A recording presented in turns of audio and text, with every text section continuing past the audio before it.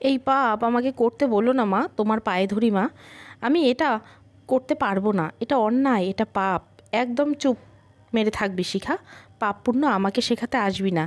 একটা শব্দও যেন না শুনি, শুনলে খুব খারাপ হবে। দরজা আটকে চলে গেছে শিখার মা। একটু পরে শিখার ছোট বোন শশী দরজা খুলে ভেতরে ঢুকলো। আপু, শশী বোন, আমাকে বাঁচাও, এত বড় অন্যায় আমি করতে পারবো না। শশীর চোখেও পানি এসে গেছে শিখার কাকুতি মিনতি দেখে। আজ শিখার বিয়ে, বিয়ে নিয়ে আর ৫-১০টা মানুষের মতো ভাবতে পারছে না শিখা।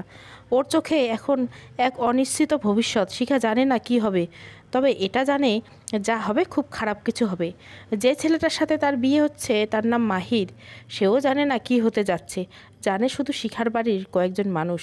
কোণে বদলে গেছে বিষয়টি অনিচ্ছাকৃত বা বাধ্য হয়ে করা হচ্ছে এমনটা নয়, এটা সম্পূর্ণ পূর্ব পরিকল্পনা করা হচ্ছে। শিখা নিজেও জানতো না, বিয়ের আগের রাতে জানতে পেরেছে শিখার বিয়েটা ভেঙে দেবে বা ছেলের বাড়ির কাউকে জানাবে সেই সুযোগ নেই। শশীকে শিখা ধরে রাখছে। আপু, আমি তোমার জন্য কিছু করতে পারবো না, আমাকে ক্ষমা করে দিও। শিখা নিজেও জানে না শশীর কিছু করার নেই, তবুও ভেসে যাওয়ার আগে মানুষ শেষ চেষ্টা করে, খড়কুটো আঁকড়ে ধরে বাঁচার চেষ্টা। শিখাকে বউ সাজিয়ে একটা ঘরে আটকে রেখেছে ওর মা। এদিকে বরযাত্রী এসে গেছে। বরযাত্রী অনেক দূর থেকে এসেছে, তাই খুব বেশি মানুষ আসেনি। বরের বাড়ির কেউ শিখার সাথে দেখা করার সুযোগ পায়নি, খুব কৌশলে আটকে দেওয়া হয়েছে। কনের সাজ শেষ হয়নি বলে ভেতরে যাবার অনুমতি নেই কারো। বিয়ে পড়ানোর একটু আগে শিখার মা এসে কানে কানে শিখাকে বলল, ঘোমটা খুলবি না, কোনো ঝামেলা করবি না, কবুল বলবি, না হলে এই দেখ।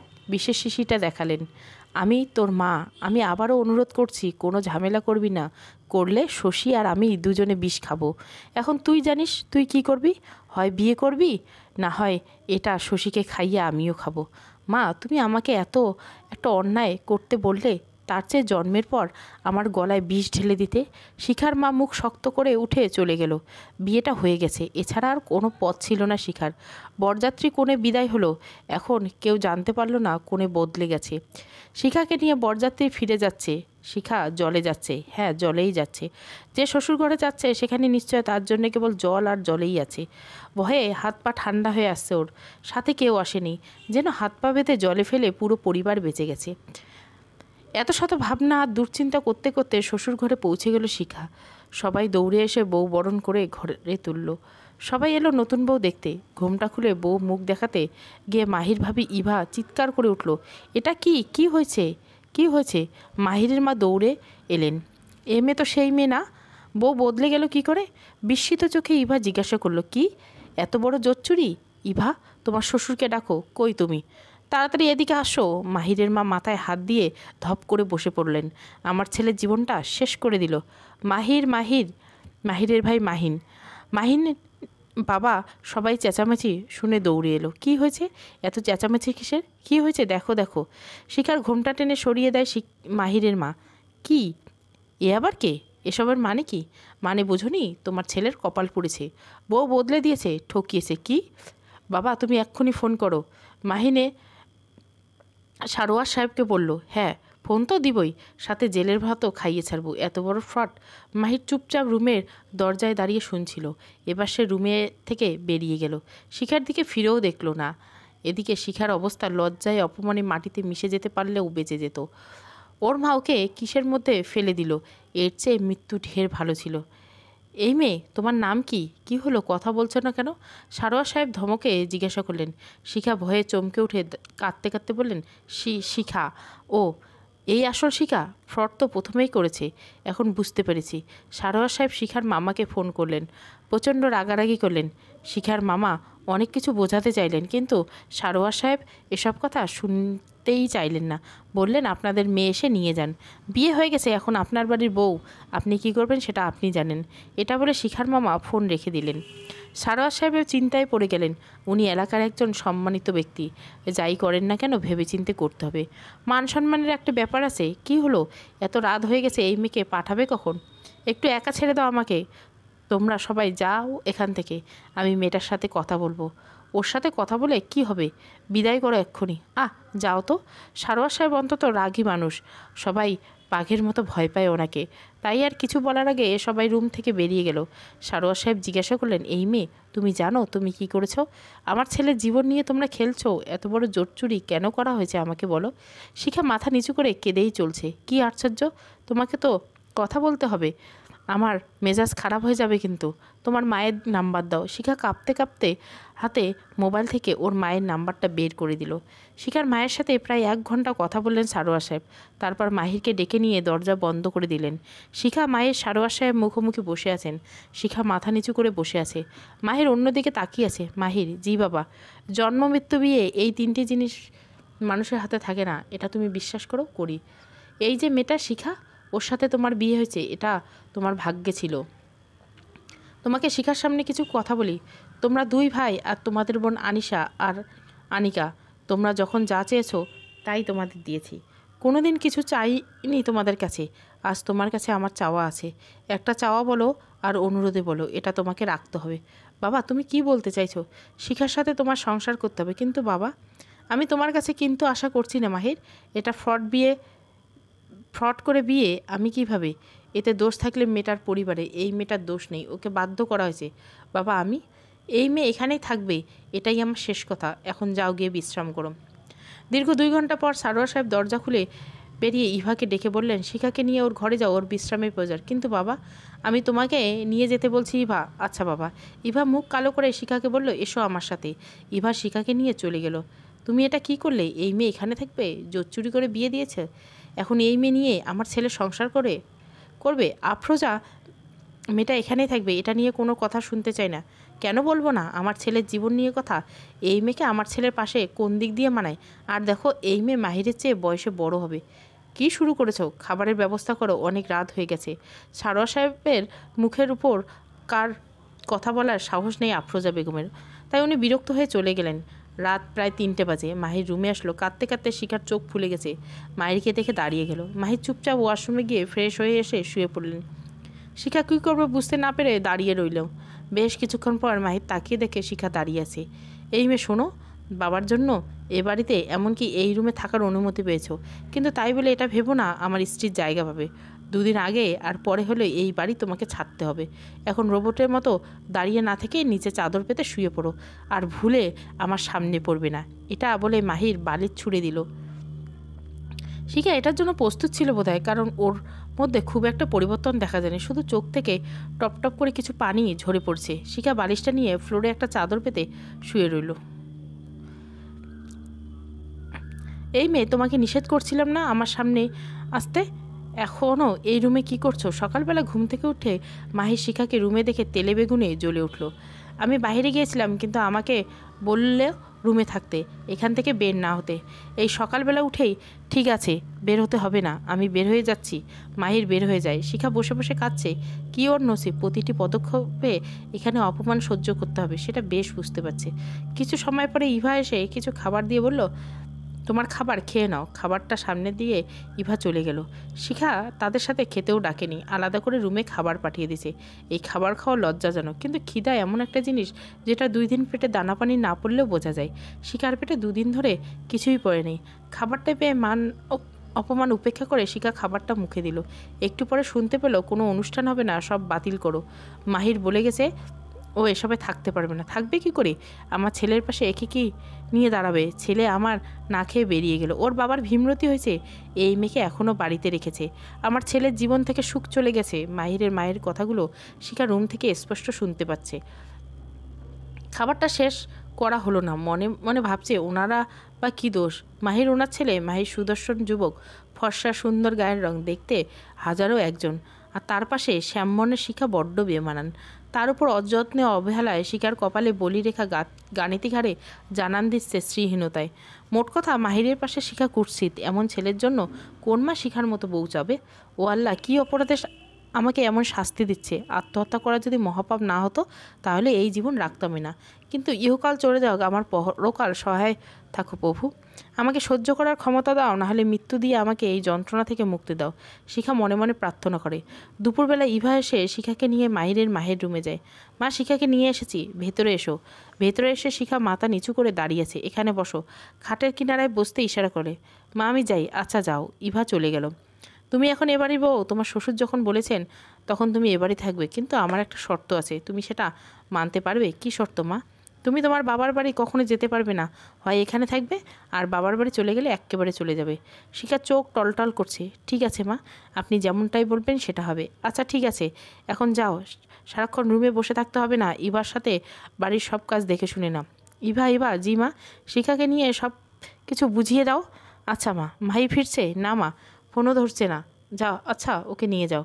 আফরোজা বেগম ভেতরে ভেতরে খুব নরম মনের মানুষ। শিখার উপর ওনার রাগ আছে, তার চেয়ে বেশি রাগ ওর পরিবারের উপর। শিখাকে মানতেও পারছে না, কিন্তু সারোয়ার সাহেবের সাথে কথা বলার পরে এটা বুঝলেন শিখাকে ফেলতেও পারবেন না। অনেক রাতে মাহির বাড়ি ফিরে শিখা অপেক্ষা করছিল কখন মাহির ফিরবে। মাহির রুমে ঢুকে নিজের মতো সব কিছু করেই যাচ্ছে, কিন্তু রুমে যে আর একটা প্রাণীর অস্তিত্ব আসছে সেদিকে ভ্রুক্ষেপ করছে না। আপনি এত রাত করলেন যে? মাহির কোনো উত্তর দিল না।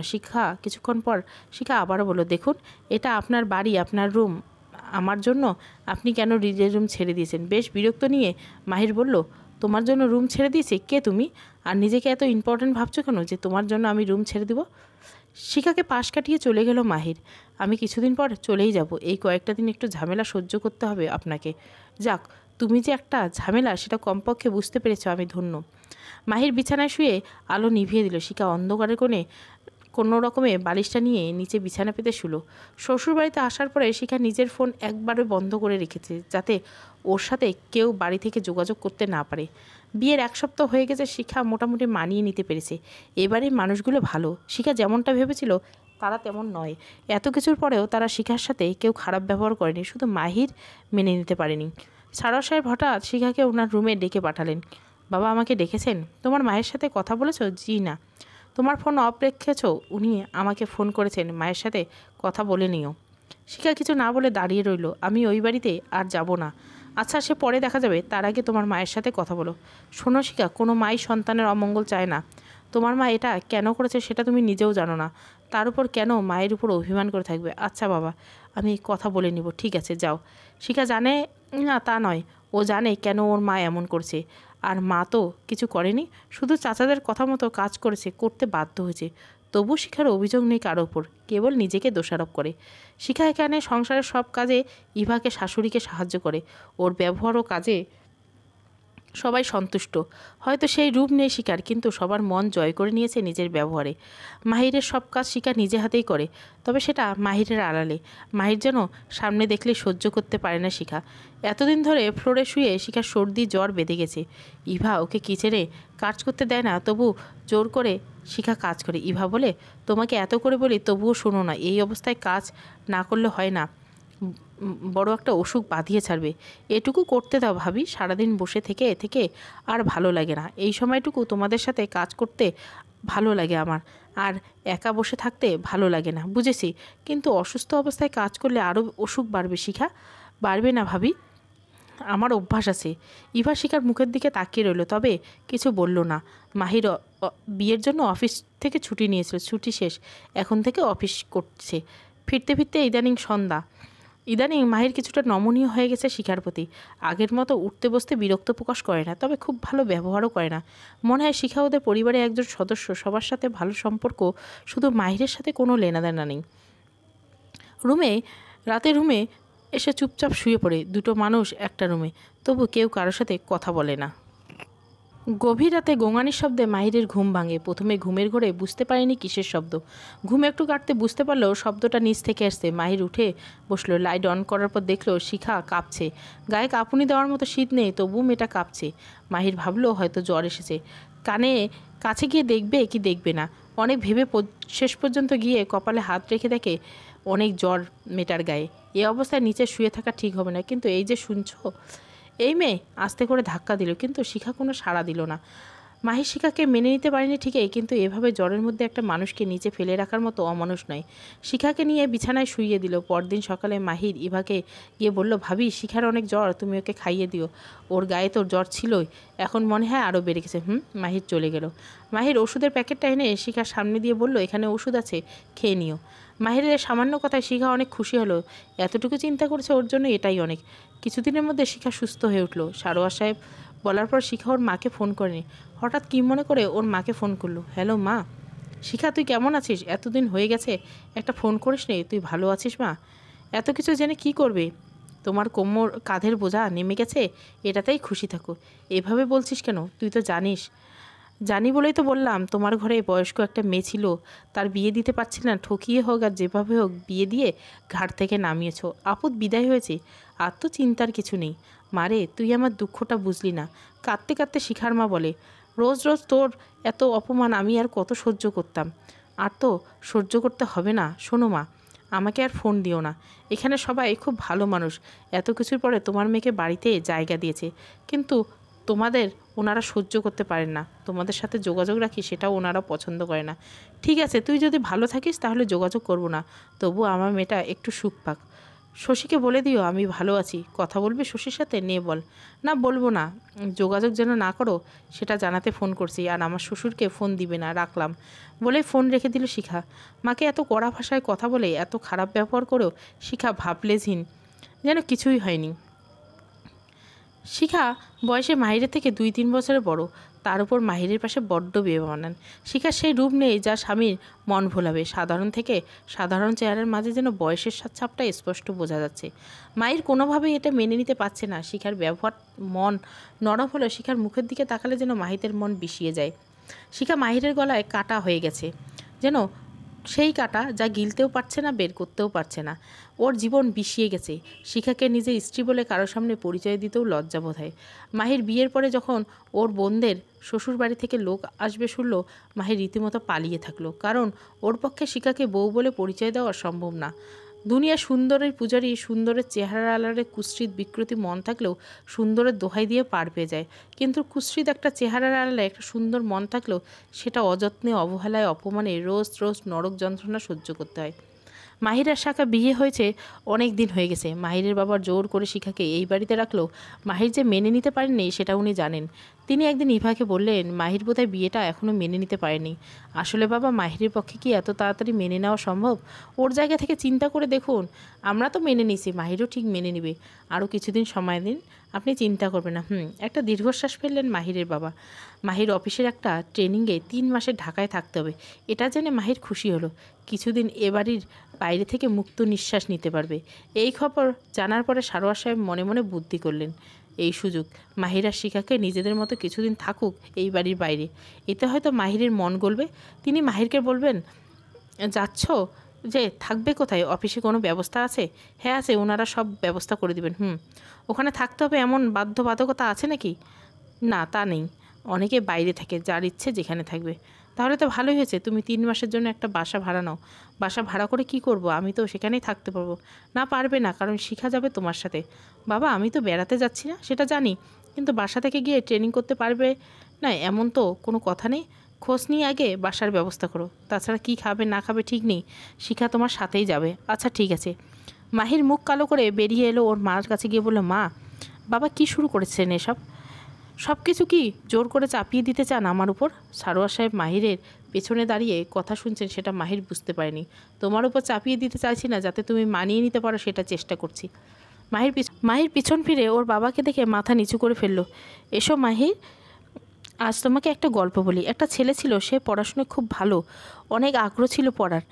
স্কুলের স্যার ম্যাডাম বলতেন ছেলেটা অনেক মেধাবী, জীবনে অনেক বড় হবে। কিন্তু ছেলেটা এত গরিব ছিল যে পড়াশোনা চালিয়ে যাবার তৌফিক ছিল না। অনেক কষ্টে 10ম শ্রেণী অবধি পড়ার পরে ছেলেটার পড়া বন্ধ হয়ে যায়। এমন অবস্থা, কারণ সামনে মেট্রিক পরীক্ষায় কিন্তু ফর্ম পূরণ করার জন্য অনেকগুলো টাকার প্রয়োজন। ছেলেটার বাবা দিনরাত মজুরি করতেন। এতগুলো টাকা জোগাড় করা তার পক্ষে সম্ভব ছিল না। অনেক জায়গায় হাত পাতলো, কিন্তু সামান্য কিছু টাকাও ধার পেল না, কারণ দিনমজুরকে কেউ ধার দেয় না। দিলেও খুব সামান্য। ফর্ম পূরণ করার শেষ দিন, ছেলেটা বসে বসে কাঁদছে। তার পরীক্ষা আর দেওয়া হবে না। কষ্টে তার বুকটা ফেটে যাচ্ছিল। তখন ছেলেটা এলাকার এক বড় ভাই আসলো। সে শহরের কলেজে পড়তো। অনেক ভালো সম্পর্ক ছিল তার সাথে। বয়সে 2-3 বছরের বড় হলে বন্ধুর মতো। সেই ছেলেটা ছুটিতে বাড়ি এসেছিল। তাদের আবার অবস্থা অনেক ভালো ছিল। সে ছেলেটাকে কাঁদতে দেখে জিজ্ঞাসা করলো কি হয়েছে। ছেলেটা সব বলার পর বলল, আয় আমার সাথে। তারপর নিজের ঘর থেকে টাকা নিয়ে স্কুলে গিয়ে ছেলেটার সব টাকা পরিশোধ করে দিল। ছেলেটা পরীক্ষা দিল, সবাই যেমন ভালো ভেবেছিল তার চেয়ে অনেক ভালো রেজাল্ট করলো, পত্রিকায় ছবি ছাপালো। তারপর শহরের কলেজে সেই ভাই তাকে ভর্তি করিয়ে দিলেন। তারপর আর পিছনে তাকাতে হয়নি। নিজের পড়াশোনার খরচ ছেলেটা নিজেই টিউশনি করে জোগাড় করেছেন। পড়াশোনা শেষ করে অনেক বড় একটা চাকরি করে। কিন্তু সেই যে 2000 টাকা ছেলেটা প্রয়োজন ছিল, সেটা না পেলে ছেলেটা হয়তো দিনমজুরের কাজ করত। সেই 2000 টাকা জীবনে মোড় ঘুরিয়ে দিয়েছিল। সেই জন্য আজ এই বাড়ি, এত আরাম আয়েশ, তোমার সব চাহিদা অনুযায়ী পেয়েছো। লেখাপড়া করে ভালো চাকরি করছো, সম্মানের জীবন কাটাছো। সেই 2000 টাকা যদি না থাকতো তবে আজ তোমার সারোয়ার সাহেবের ছেলের পরিচয় না, কামলা সারোয়ার পুত পরিচয়ে বাস্তা। বুঝতে পারছো, সেই ছেলেটা তোমার বাবা। আর সেই টাকা কে দিয়েছিল জানো? শিখার বাবা। মাহিরের চোখ ভিজে যায়। এখন যদি মনে করো সেই টাকা শোধ করার জন্য তোমাকে ব্যবহার করছি বা তোমার উপর চাপ দিচ্ছি তবে ভুল। বাবারে, কিছু ঋণের শোধ হয় না। কোনো কিছুর বিনিময়ে সেই 2000 টাকার মূল্য পরিশোধ করা সম্ভব না। শিখাকে যখন বিয়ে করতে চেয়েছিলাম তখন শিখার বাবার পরিচয় জেনেই গেছিলাম, কিন্তু তারা যে শিখার বদলে অন্য মেয়েকে দেখেছে সেটা তো জানতাম না। ওর বাবার সাথে কথা বলার পরে বিষয়টা পরিষ্কার হয়ে গেছে আমার কাছে। শিখার বাবা মারা যাওয়ার পরে ওদের চাচাদের অত্যাচার ওদের জীবন পিষিয়ে দিয়েছে। আর শিখার বিয়ের এসব চাচাদের প্ল্যান অনুযায়ী হয়েছিল। কেন করেছিল সেসব পরে জেনে যাবে। মানুষ ভিতর দেখার চেষ্টা করো, তাহলে মনে শান্তি পাবে। এখন যাও, আমি একটু বিশ্রাম নিব। মায়ের খুব হতাশ হয়ে চলে গেল। কয়েকদিনের মধ্যে মাহির নতুন বাসা নিল, শিখার সাথে করে নতুন বাসায় উঠল। শিখা নিজের হাতে এই নতুন সংসার সাজালো। মাহির এখন স্বাভাবিক ব্যবহার করে শিখার সাথে। একদিন ইভা ফোন দিল মাহিরকে। ইভা শিখার সাথে জিজ্ঞাসা করতে মাহির বলল, শিখা বেশ ভালোই আছে। তোমাদের মধ্যে কি সব ঠিকঠাক হয়েছে? ভাবি, অনেক চেষ্টা করেছি কিন্তু কিছুতেই মানাতে পারছি না। ও কিন্তু অনেক ভালো মেয়ে, তোমার কতটা খেয়াল রাখে সেটা বোধহয় তুমি নিজেও বুঝতে পারো না। জানি, কিন্তু বাদ দাও ভাবি। ওকে একটু বুঝতে চেষ্টা করো, তাহলে তোমার জন্য অনেক সহজ হয়ে যাবে। ভালো থেকো, রাখছি। মাহি সত্যি চাইছে মানিয়ে নিতে, কিন্তু শিখার সামনে আসলে ওর মেজাজ বিগড়ে যায়। খারাপ ব্যবহার না করলে স্ত্রী বলে ভাবতে পারছে না। সেই সকালে বেরিয়ে যায় মাহি, রাত 8টার পরে ফিরে। শিখা সারাদিন বসায় একা থাকে। মাহির এসে খাবার খেয়ে কিছুক্ষণ বিশ্রাম নিয়ে আবার কাজ করে কিছু। শিখার সাথে প্রয়োজনের বাইরে কথা বলার মতো সময় নেই যেমন তার। এমনি মাহি নিজেও সময় খুঁজে না কথা বলার জন্য। শুক্রবারের দিনটা অর্ধেক ঘুমিয়ে কাটিয়ে দেয়। এক শুক্রবার রাতে শিখা যখন সব কাজ সেরে রুমে আসলো, তখন মায়ের কি মনে করে শিখাকে জিজ্ঞাসা করেই ফেললো, তোমার বাসায় কে কে আছে? এতদিন এসব জানার প্রয়োজন বোধ করেননি। অনেক মানুষ আছে, মা আছে, আমার বোন শশী আছে, বড় চাচা বড় চাচিমা, ওনার এক ছেলে 2 মেয়ে, ছোট চাচা চাচি, ওনাদের 2 ছেলে মেয়ে। বাহ, এত দেখছি বিরাট পরিবার। হ্যাঁ, সবাই একসাথে থাকে। তোমার চাচারা নাকি অনেক? তোমার বাবা তো শুনেছি ভালো জব করতেন, চাইলে তো তোমরা আলাদা থাকতে পারতে। এটাই নাকি আমাদের পরিবারের রেওয়াজ, যাই কিছু হয়ে যাক কেউ আলাদা থাকতে পারবে না। আমার দাদু ওনার সম্পত্তি যে উইল করে গেছেন তাতে আছে, কেউ একজন যদি আলাদা হয়ে যায় তবে শুধু সে বঞ্চিত হবে না, বাকি সবাই বঞ্চিত হবে, কারণ সব তাহলে একটা ট্রাস্টে চলে যাবে। এই ভয়ে কেউ আলাদা হয়নি, আমাদেরও আলাদা হতে দেয়নি। বাবা মারা যাওয়ার পর পেনশনের একটা টাকাও মায়ের হাতে রাখতে পারেনি, সব চাচারা নিয়ে গেছে। বুঝেছি, সব কিছুর পিছনে তোমার চাচারা, বুঝলাম। কিন্তু এই বিয়ে নিয়ে এত নাটকের কারণ তো বুঝলাম না। শিখা মৃদু হেসে বলল, আমি যে দেখতে ভালো নেই তাই সবার বোঝা হয়ে গিয়েছিলাম। বাবা মারা যাওয়ার 3 বছরের মাথায় ইন্টারমিডিয়েট পাশ করার পর যখন ভর্তি হতে চেয়েছিলাম, চাচারা পড়া বন্ধ করে দিলেন। মেয়েদের এত পড়ার নাকি দরকার নেই। অনেক চেষ্টা করে আর পারিনি। মা চেয়েছিলেন বিয়ে দিয়ে দিতে, কিন্তু বড় চাচি প্রথমে বাধা দিলেন, বললেন এতে তাড়াহুড়োয় কিছু নেই। আসলে মা আর আমি সংসারের সব কাজ করতাম। প্রায় মা অসুস্থ হয়ে পড়তেন, তখন আমি আর শশী মিলে রান্না করা, কাপড় কাচা, ঝাড় দেওয়া সব করতাম। বিনে পয়সা চাকর কেউ এত সহজে ছাড়ে?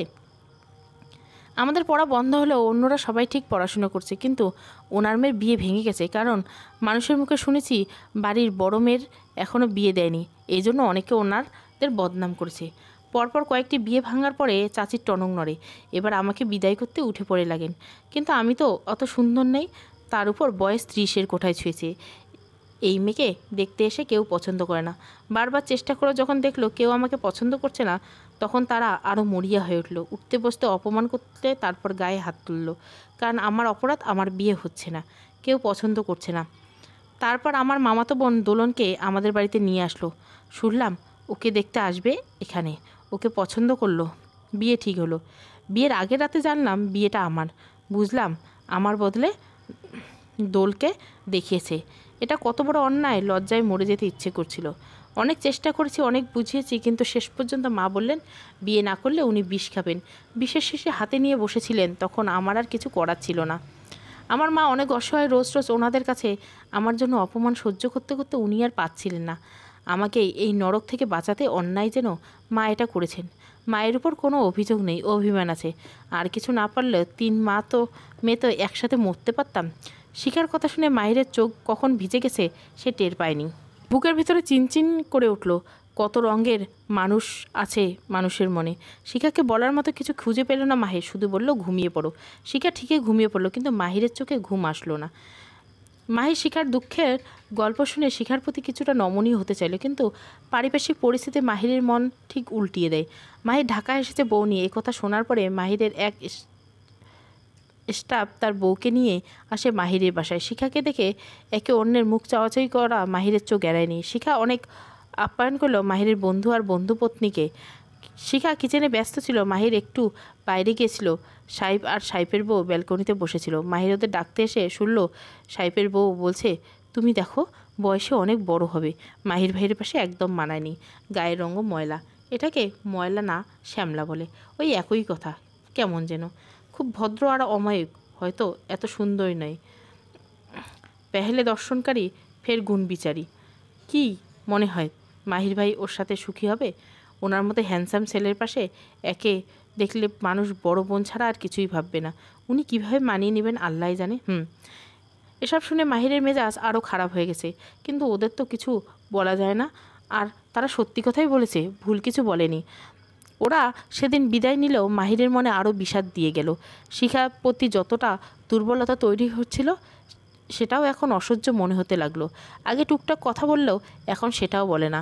সারাদিন এক বাসায় শিখার দম বন্ধ হয়ে আসে। মায়ের রাতে ফিরে সকালে চলে যায়, শিখার দিকে খেয়াল দেওয়ার প্রয়োজন বোধ করে না। এই বন্ধ অবস্থা থেকে যেন শিখার প্রাণ হাঁসফাঁস করছে একটু মুক্ত নিঃশ্বাসে নিতে। মমফলের মেয়ে শিখা, এই বন্দিদশা ওর জীবন অবনতি হচ্ছে কেবল। না খেতে পারছে, না শান্তি পাচ্ছে, অসুস্থ বোধ করছে। কিন্তু কাকে বলবে? মাহিরের সময়কেও ওর দিকে ফিরে তাকানোর।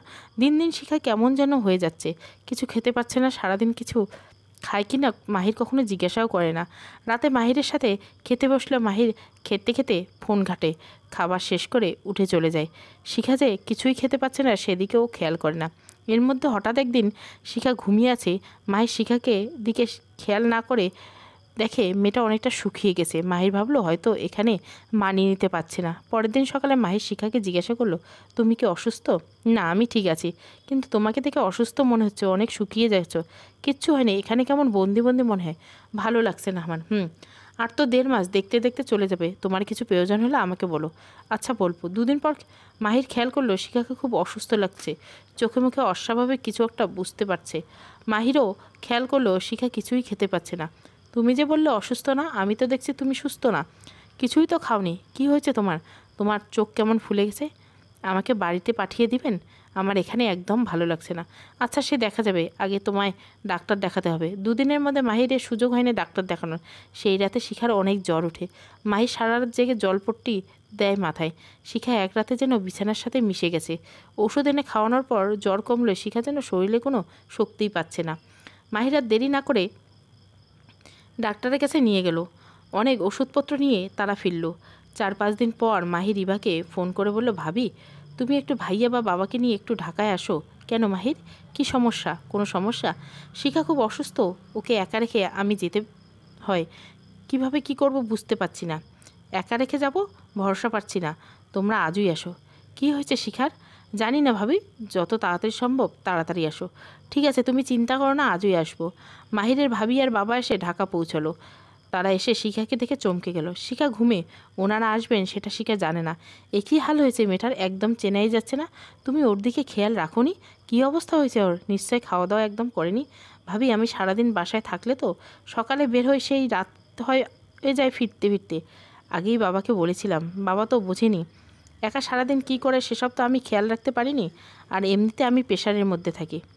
যাই বলো ভাই, তোমার খেয়াল তো ছিল না সেটা আমি জানি, তার সাথে অবহেলায় ছিলে। মেয়েটা ভেতর ভেতরে কেবল কষ্ট পেয়েছে, নিজের দিকে একটুও খেয়াল করেনি।